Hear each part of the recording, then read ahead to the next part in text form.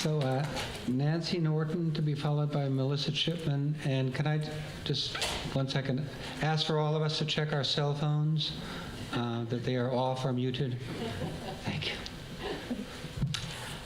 I'm also a vacation rental owner, and I hear from people all over the world about what a fantastic place we live in.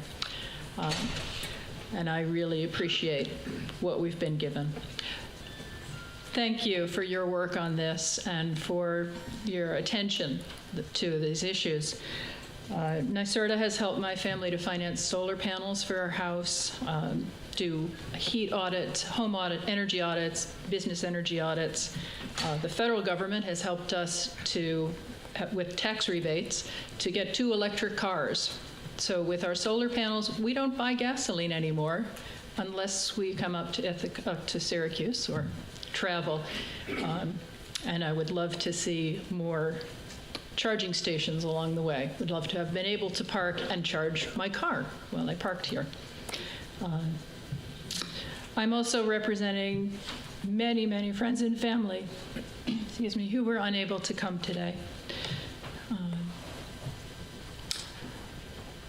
I hope that Mr. Bays will continue to advocate for upstate New York's agricultural and tourist economy. Fracking would devastate it. The people who care about the organic foods that they're able to buy in New York City because our producers bring them down there would not be interested if we were suddenly like Pennsylvania and had to worry about our cows and our calves dying because they were being exposed to fracking stuff. I'm concerned that my business would suffer very much. I'm not sure how much you guys address building codes. My husband likes to travel, we go around the world. We see houses all over the place with solar hot water heaters on the roofs. They're just ubiquitous. I never see them here. Our building codes should be reflecting the needs for our grandchildren to have a healthy place to live. I have a 5-year-old, she's a 7-year-old granddaughter and a 2-year-old grandson. I have a 20-year-old daughter. I would love to see my daughter have children, but I can't. To me, it feels like being Jewish in Germany in 1933. Would I want my kids to have kids? Now, I don't know what life will be like for them in 100 years or for their children. I heard from the New Yorker, they're looking at potentially, if things go on as they are, having sterile oceans in 150 years. I can't imagine what that means for life going forward. I recently read a book about Dietrich Bonhoeffer, and he was a quote from him, which I won't be able to give you exactly. Walking the right direction on a train that's speeding the wrong direction doesn't really do any good. We've changed to heat pumps at home. We've put in 28,000 watts of solar power. We have electric cars. I don't use my gas dryer anymore. I hang my clothes or use an electric dryer. We do everything we can. I don't buy plastic stuff. I make my own soap. I mean, my life is just devoted to trying to make this world better in reducing my impact. Sometimes it's a little over the top, but I don't want to be walking the wrong direction on a train that is speeding towards extinction. So I hope, even though I may not have addressed your points directly, that you hear not just my voice, but the voice of the many people who I've talked to about this, who have shared these concerns, and that you'll work on making the best program you can, not listening to the fossil fuels and moneyed special interests, but listening to the actual citizens of this area who care about our world going to be a better place. Thank you. Thank you very much.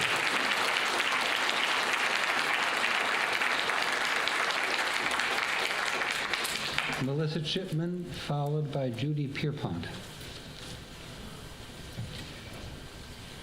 Greetings, everyone. My name's Melissa Chipman. I live in Hector, New York, on Seneca Lake, and it's very near the proposed gas storage facility for the whole Northeast. And I am part of Gas Free Seneca, and I'm very opposed to storing gas in my neighborhood. I also want to talk about dollars and cents, not CENTS, but SENSE. Could you consider doing an audit and figuring out how much it would cost to go fully renewable with solar panels and geothermal and wind energy, and drop using money to continue down on the train on the wrong track, going down the wrong direction, going toward our extinction.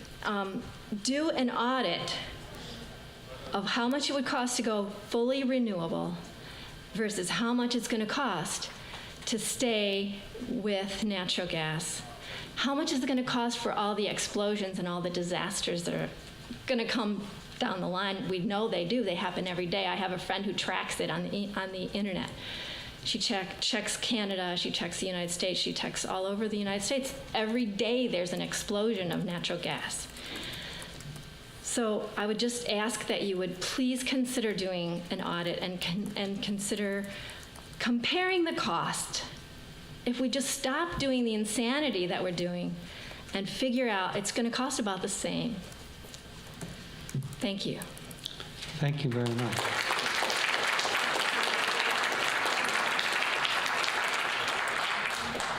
Judy Pierpont, followed by Sarah Hess.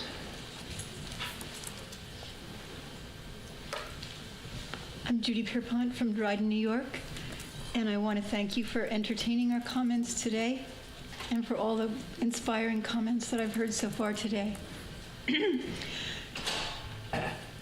The draft energy plan has a really laudable goal to achieve substantial reductions in greenhouse gases. It's necessary in the global effort to avert shifts in our climate, which are already bringing cataclysmic storms, floods, droughts, fires, unstable oceanic and air current patterns.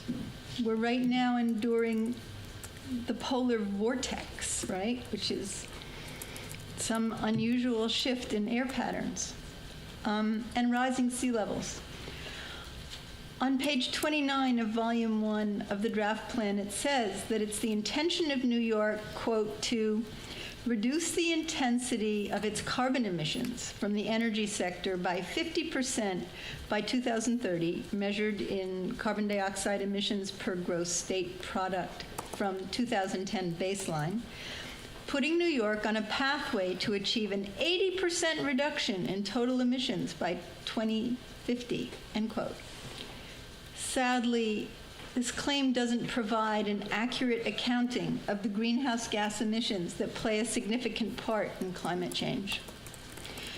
The reductions in total emissions refer only to carbon dioxide, deliberately avoiding the fact that greenhouse gas emissions do not consist solely of carbon dioxide. The claim seems to intentionally ignore the effect of unburned methane emissions on climate.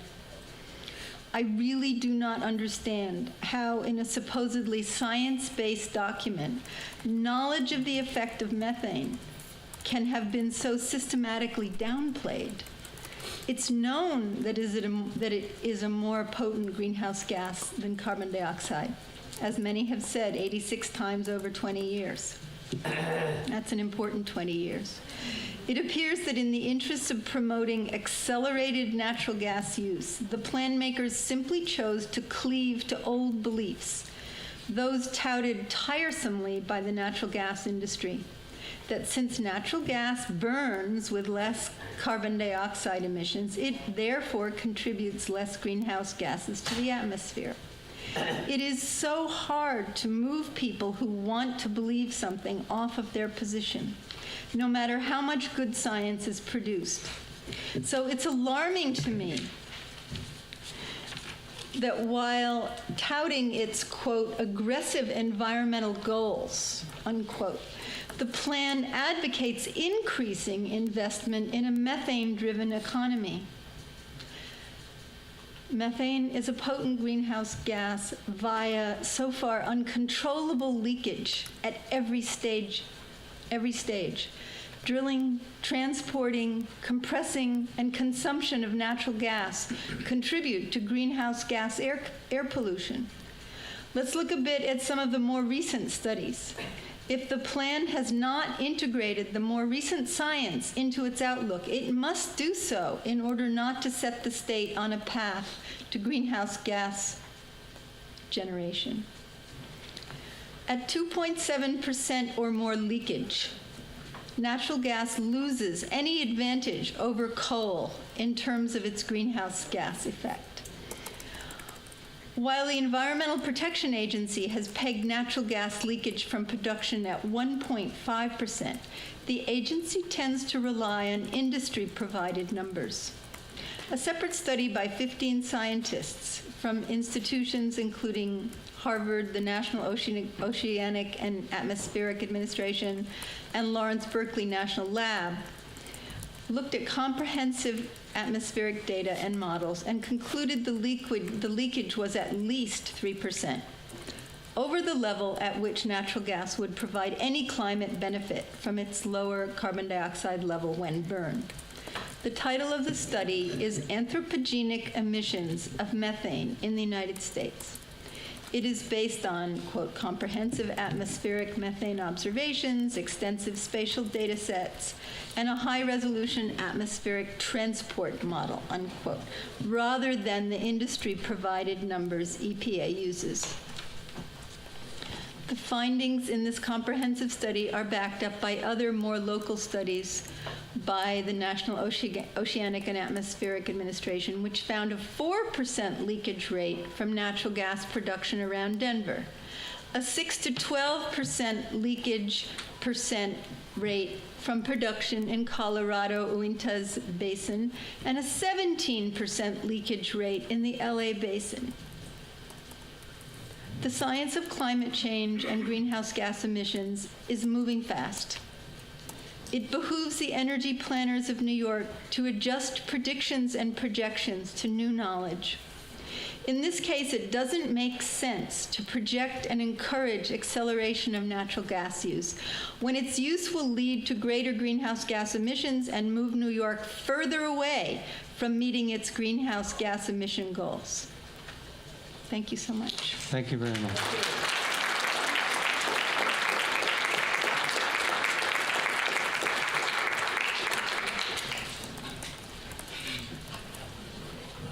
Sarah Hess, to be followed by Joe Wilson. My name is Sarah Hess. I'm from Tompkins County, and I've been studying energy policies and climate change for the past 5 years. I'll only address one point here and other points in writing. I'm pleased that the draft energy plan adopts the long-term goal set by Governor Patterson of reducing greenhouse gases by 80% from the 1990 levels by the year 2050. That may be the best single element in the plan, but this draft is far from a real climate action plan, and the authors must now finish their job by filling in the links between the 15 initiatives and short-term concrete actions, funding, and other resources to be pulled, outcome metrics, timelines, and a process of benchmarking and documenting results along the way. I was a planner in my professional life, and I know what a plan should be. This draft does not yet meet the definition of a plan in my point of view, and that's its greatest weakness. I've also written a lot of grant proposals in my life, and if this were one, believe me, it would not be funded. Without writing and committing to the concrete steps to make the 80 by 50 goal attainable year by year, this plan lacks credibility. By contrast, the Solutions Project by Mark Jacobson et al. Brought dozens of scientists together to study and then outline one way that a transition of wind, water, and solar could be achieved by 2050. Obviously, there are many, many ways. This is very hypothetical when we talk about the long range. But I can't help but wonder that why this plan, or at least elements of it, were not incorporated or used by the authors. Maybe it was, but it's not obvious. A better New York plan would also address how reliance on natural gas, oil, and nuclear will be reduced year by year. Instead, this plan seems to focus on the business-as-usual projections that ramp up fossil fuels and continue nuclear. The strong impression is that this really is a business-as-usual plan. I don't think that was your intention, but that's the way we are reading it. Every day, I feel the urgency of climate change motivating me to become a more informed and a more active, responsible citizen of our state and of our globe. I urge you, as representatives of our state government, to set more aggressive efficiency and renewable energy goals immediately to be met this year and in 2015 and in 2016, and to create the real plans to meet these goals every year, this goal of 80 by 50, from now until 2050. So please finish the work that you began and write a true plan that we can believe in. Thank you. Thank you very much.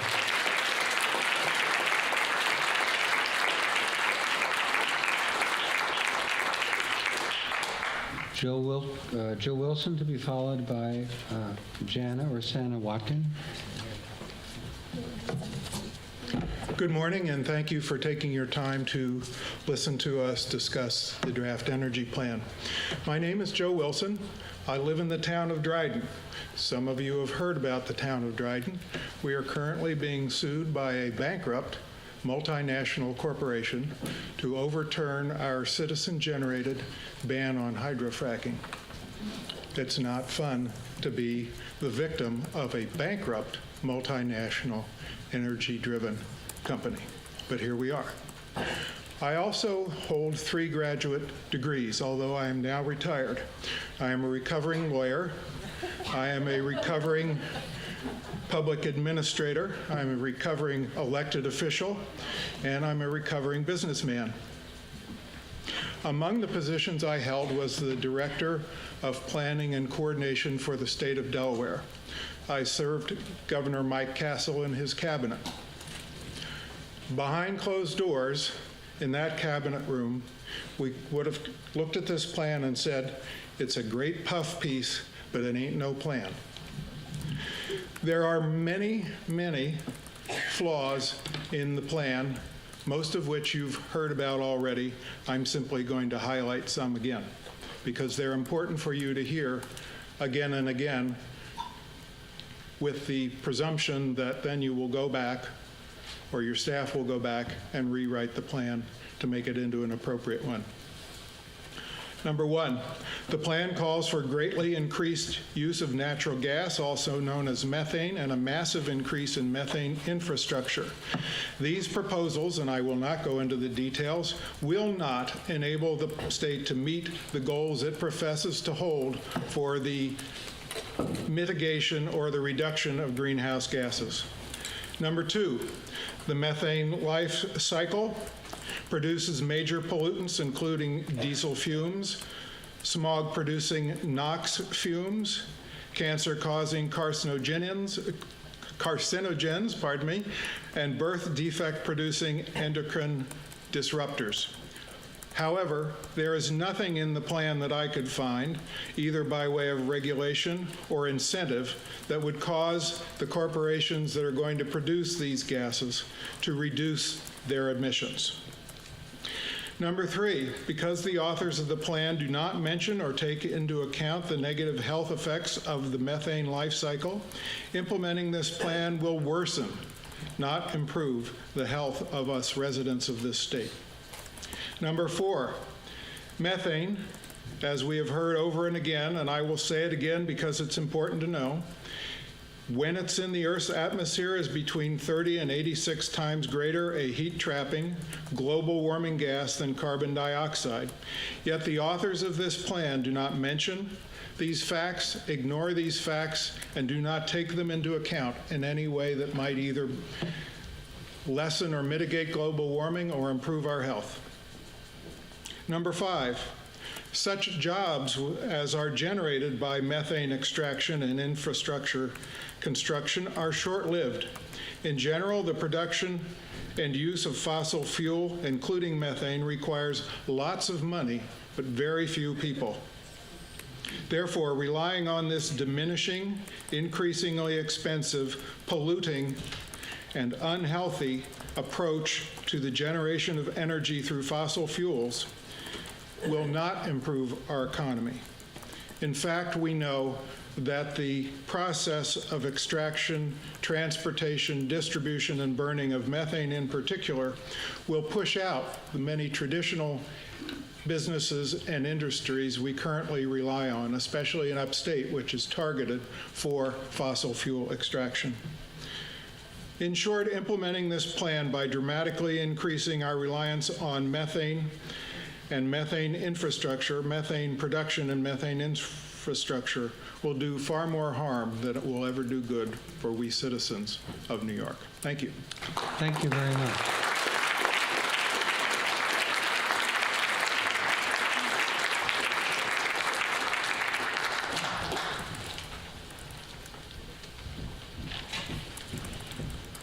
On deck is Linda Griggs. Hi, my name is Janice Teague Watkins, and I'm the Executive Director of New York Interfaith Power and Light. And I'm here to offer a perspective from the faith community on the energy plan. My organization, New York Interfaith Power and Light, is a faith-based nonprofit organization that organizes a religious response to climate change. We feel that climate change is the moral issue of our time. As our name implies, we are an interfaith organization. Our members come from Judaism, Christianity, Hinduism, Islam, and other faith tenets. All the major faiths include some sort of statement on caring for creation. New York Interfaith Power and Light is a state affiliate of a national movement. We have chapters in 40 states, and here we represent 104 congregations statewide. Our mission is to support and encourage congregations of all faiths in their actions to stop global warming. New York's energy plan has the potential to be a tool for our state. In order to address the urgency of climate change, the energy plan must go further in moving our state away from fossil fuels and nuclear power toward renewable energy. The energy plan must include mandates for enforceable interim steps and targets that will meet the state's goal of reducing carbon pollution 80% by 2050. The energy plan should ensure that at least 50% of New York's electric energy comes from renewable sources by 2025. Yes. I'm sorry, Lisa, is she going? Are you keeping up? Oh, sorry. Good. Keep going. Thank you. Sorry. We cannot allow fracking. Fracking is hazardous to our water and overall health, and leaks from fracking emit methane, a powerful greenhouse gas, which will worsen climate change. Climate change is the moral issue of our time. We have an opportunity to rise to the occasion and do something about the issue that affects all life on planet Earth, and we can become heroes. Or we can choose to hide our head in the sand, and then we will have to face the question from our children, why didn't we address this problem when there was still time? Thank you. Thank you very much.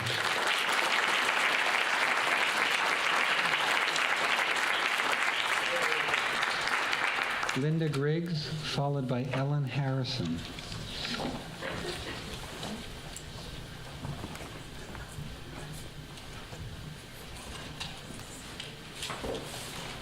Is Linda Griggs here?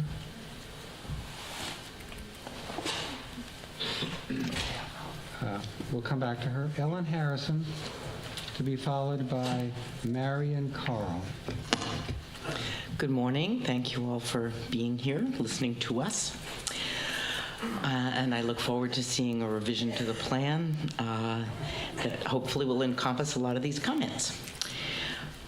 This plan needs to be revised so that, as others have said, what are vague, laudatory goals become specific plans with measurable outcomes. We need a plan that charts a course away from fossil fuels and towards energy efficiency and renewables, and towards a distributed production network. All of the ways that fossil fuels are obtained are an environmental disaster. They pollute air, they pollute water, they destroy habitat, they often destroy communities. And many of us that were sort of vaguely aware of this became much more concerned and much more aware as we've seen the impacts of hydraulic fracturing in neighboring Pennsylvania, become aware of the impacts elsewhere. I want to applaud New York State, our governor and the previous governor, and at this time the DEC and the State Health Department for being cautious when it comes to fracking and not drinking the Kool-Aid. What we are seeing is a tremendous increase in the knowledge of what kinds of impacts that type of fossil fuel development is having on health and on the environment and on the climate.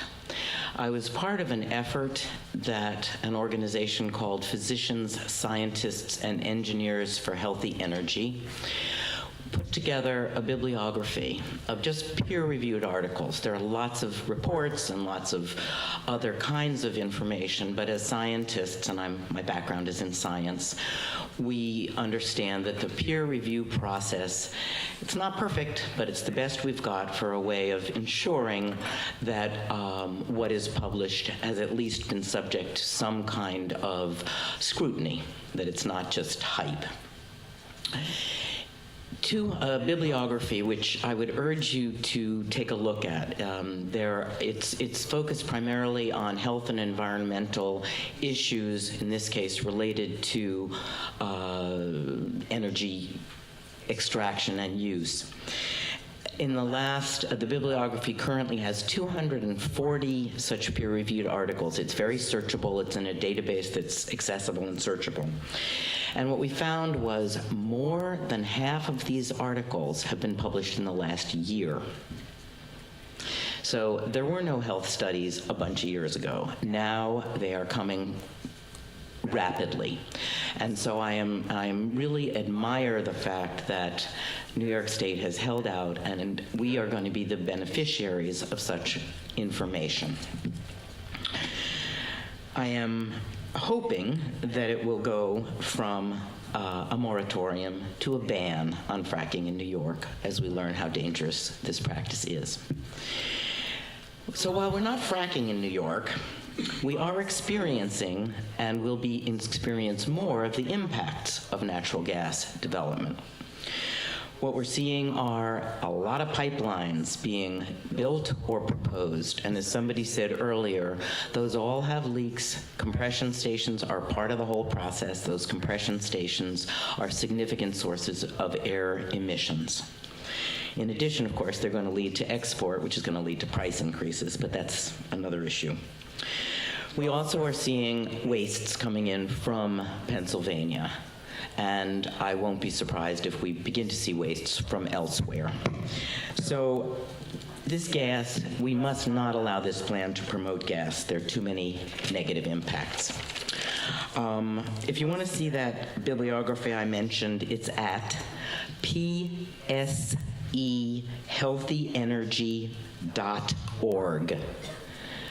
And then there's a place to click down below. So I also think that the plan needs to promote distributed generation. Having become aware of the impact of energy development elsewhere, we installed geothermal at our house. I rode here in an electric car, and we're planning solar to be installed this spring. But one of the things we just learned was that the rebate incentive from NYSERDA has been cut significantly. Now, I think we're wealthy enough that we'll go ahead and do it anyway.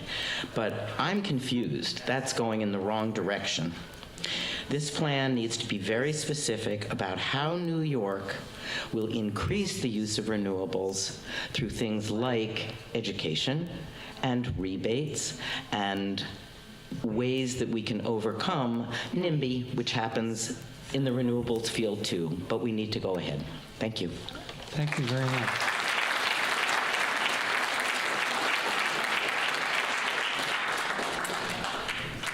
Marion Carl, to be followed by Claire Howard. My name is Marion Carl, and I want to thank you for being here today, and also to NYSERDA, who helped me with an energy audit in my house and a implementation of a heat pump, which has helped me cut back significantly on my use of fuel oil this very cold winter. I also live in the town of Middlefield, which is another one of those towns that was challenged by a gas company for their ordinance banning industrial development. We've withstood 2 court challenges, but face another challenge coming up in the Court of Appeals later this year. Many people have spoken about things about this plan that they don't find satisfactory, and reiterating that is a good thing because it means that it's all very important. But I want to mention just a couple of other things as well. The transportation goals are vague and misleading and not supported by science. The draft plan promotes vehicle diversity and praises the New York Clean Fleets Initiative. Not limited to electric vehicles, however, this program provides public money to help purchase vehicles that run on compressed or liquefied natural gas. New science has shown that natural gas is actually worse for the climate than the traditional fuels like diesel due to methane leaks in the supply chain. Further, the draft plan offers no details about how New York will implement a memorandum of understanding it's signed with 7 other states to put 3.3 million zero-emission vehicles on the road by 2025. Rather than encouraging vehicles that run on climate-killing fossil fuels, New York should establish specific targets to advance electric vehicles and hydrogen fuel cell technology.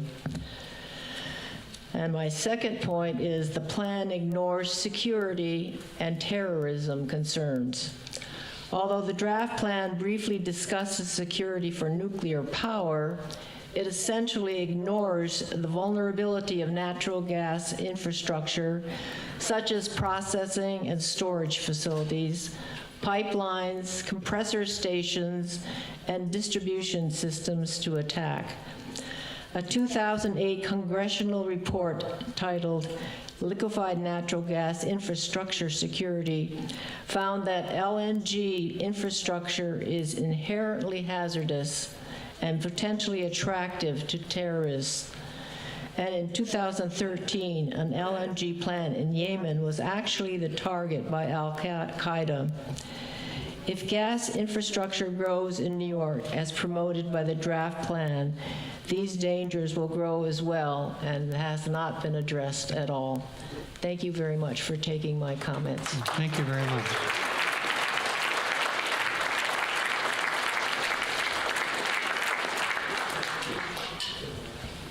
Claire Howard, to be followed by Julia Walsh.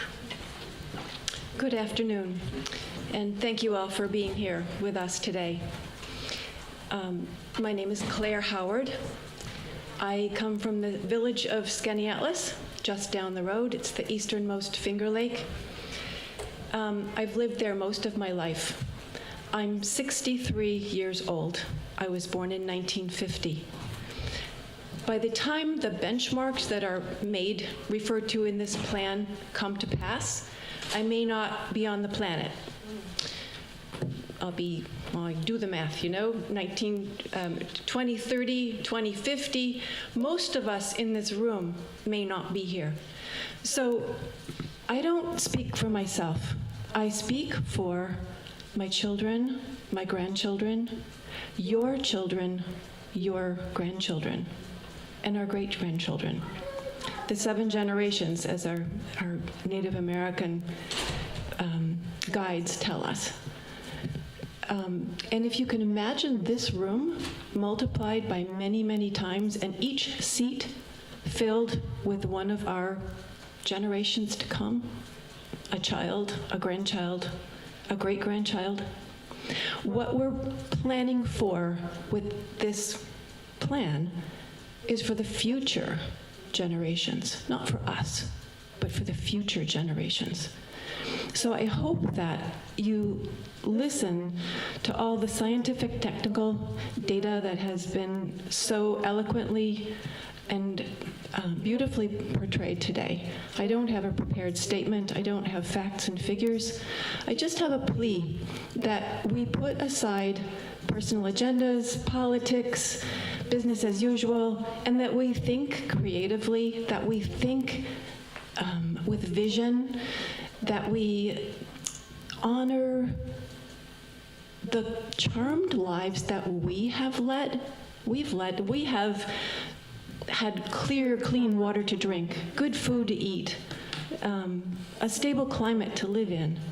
Our children may not have that unless we plan, starting with this plan, to make their future one that's as good as what we have had the blessing to live.